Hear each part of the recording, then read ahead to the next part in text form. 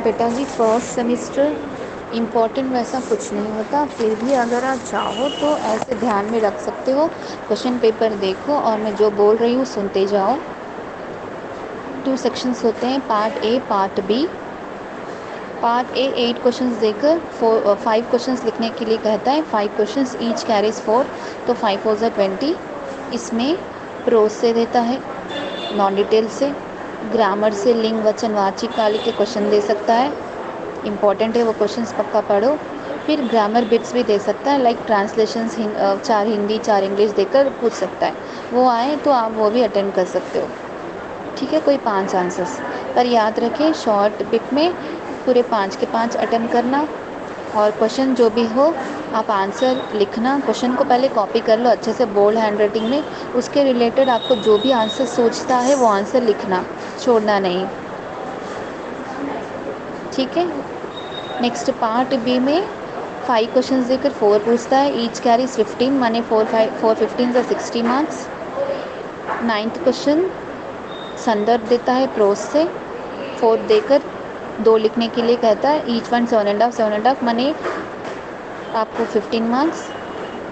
यहाँ पर ध्यान दें प्रोज से ही देता है, तो आप ये क्वेश्चंस जब पढ़ोगे तो प्रोज के लेसन्स और नेम्स ही याद रखें, अच्छे से याद रख लें और वही आपके माइंड में होना चाहिए। प्रोज चरित्र संगठन से लेकर राष्ट्र का स्वरूप तक, वो 5 लेसन्स और नेम्स याद रहना चाहिए राइटर्स के।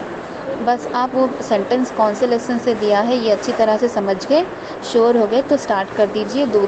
कोई 2 इजी वाले चुनकर, प्रसंग संदर्भ व्याख्या विशेषता करके। प्रसंग में lesson name writer name plus common sentence, संदर्भ में what is the story actually, व्याख्या में क्वेश्चन को ही ड्रैग कीजिए, विशेषता में moral of the story. Okay. Next 10th question prose से ही देता है, 2 देकर 1 पूछता है। क्वेश्चन किसी भी प्रकार से पूछें आप सारांश ही लिख दीजिए और पहले क्वेश्चन को कॉपी कीजिए। अभी पूछा गया कि राष्ट्र का स्वरूप इस कहानी से, इस कहानी का उद्देश्य क्या है या क्या किस पर प्रकाश डाला गया, किसी भी तरह हो क्वेश्चन को कॉपी कीजिए और सारांश ही नेक्स्ट लिख दीजिए। लेखक परिचय, लेख परिचय, सारांश, विशेषता कहकर लंबा सा लिखिए, थोड़ा लिखिए पर बड़ा बताइए, 4 साइड हेडिंग डालकर। 15 मार्क्स के लिए होता है, याद रखें। 11th क्वेश्चन फिर से आपको नॉन डिटेल से ही देता है, सारांश लिखना है वहाँ पर भी। ठीक है, क्वेश्चन किसी भी प्रकार से पूछे वो, किसी भी एंगल से आपको सारांश ही लिखना है। नेक्स्ट 12th क्वेश्चन 4 चरित्र चित्रण देकर 2 लिखने के लिए कहता है, ये भी नॉन डिटेल से ही होता है। तो नॉन डिटेल के से ही होता है, तो जो कैरेक्टर्स देता है तो वो सोचना कि ये कैरेक्टर कौन से लेसन से है। अभी इम्पोर्टेंट क्या है, दुखी सदगति से दुखी और परम सुख, छोटा जादूगर से छोटा जादूगर, सच का सौदा से सर्वदयाल पंडित सर्वदयाल, प्रायश्चित से रामू की बहू, चीफ की दावत से मिस्टर श्यामनाथ। ये इम्पोर्टेंट है, अच्छे से पढ़ लेना। हर सारांश के बाद चरित्र चित्रण है, पढ़ लेना। चरित्र चित्रण कुछ नहीं होता है, इनडायरेक्टली सारांश ही होता है, बट थोड़ा छोटा करके हम लिखते हैं, साइड हेडिंग्स कुछ भी नहीं डालते, पैराग्राफ चेंज करते हुए लिखते हैं। पहले अगर दुखी बोल कर दिया तो दुखी सदगति का मुख्य पात्र है, इसके लेखक मुंशी प्रेमचंद जी है बोलकर दुखी के बारे में फोकस करते हुए लिखना। लास्ट में दुखी के बारे में ही लिखना, एंड करना कि दुखी एक दलित परिवार से था, उसने बहुत मेहनत से इस तरह ऐसा किया था, पर परम सुख के कारण वो मर गया, बहुत अच्छा व्यक्ति था। इस तरह कुछ भी आप लिख सकते हो। 7.5 मार्क्स के लिए 1 माने 2 भी लिखना है आपको, 7.5 2 चरित्र चित्रण लिखना है। नेक्स्ट 13th क्वेश्चन ग्रामर से होता है, यहाँ पर भी 15 मार्क्स के लिए होता है। 3 बिट्स देते हैं, क ख ग। कभी कभी इसमें कुछ चेंजेस आ सकते हैं तो देख कर लिखें। लाइक लिंग वचन वाच काल ने का प्रयोग शुद्धिकरण, ये पूरा एक ही क में दे देता है। तो ब्रैकेट में जो क्वेश्चन पूछ रहा है उसको अच्छे से पढ़ो कि लिंग पूछ रहा है, काल पूछ रहा है, ने का प्रयोग बोल रहा है, वाक्य शुद्धिकरण क्या पूछ रहा है, ज़रा अच्छे ध्यान से पढ़ के लिखो, बहुत ही सिंपल ग्रामर होता है।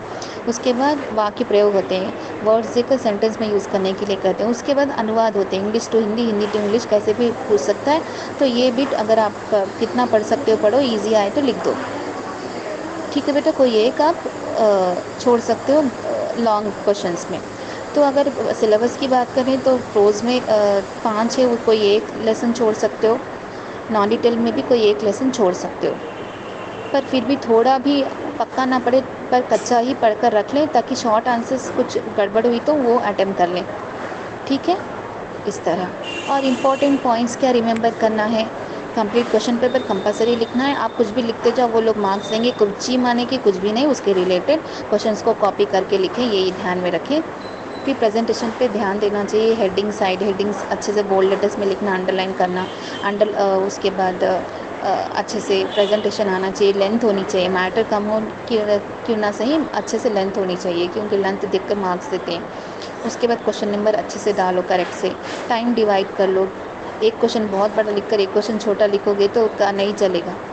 ठीक है, सारे क्वेश्चंस अच्छे से होना चाहिए। तो ये है बेटा, अच्छे से लिखें, कुछ खाकर जाएं ताकि दिमाग काम करें। ब्लैक पेन का अच्छे से डार्क लिखने वाला, स्मूथ एंड फास्ट चलने वाला पेन का इस्तेमाल करें। और सबसे पहली बात, जब स्टिकर दिया जाए वो स्टिकर आपका ही है कि नहीं, कंप्लीट रोल नंबर चेक कर कर ही स्टिक करें।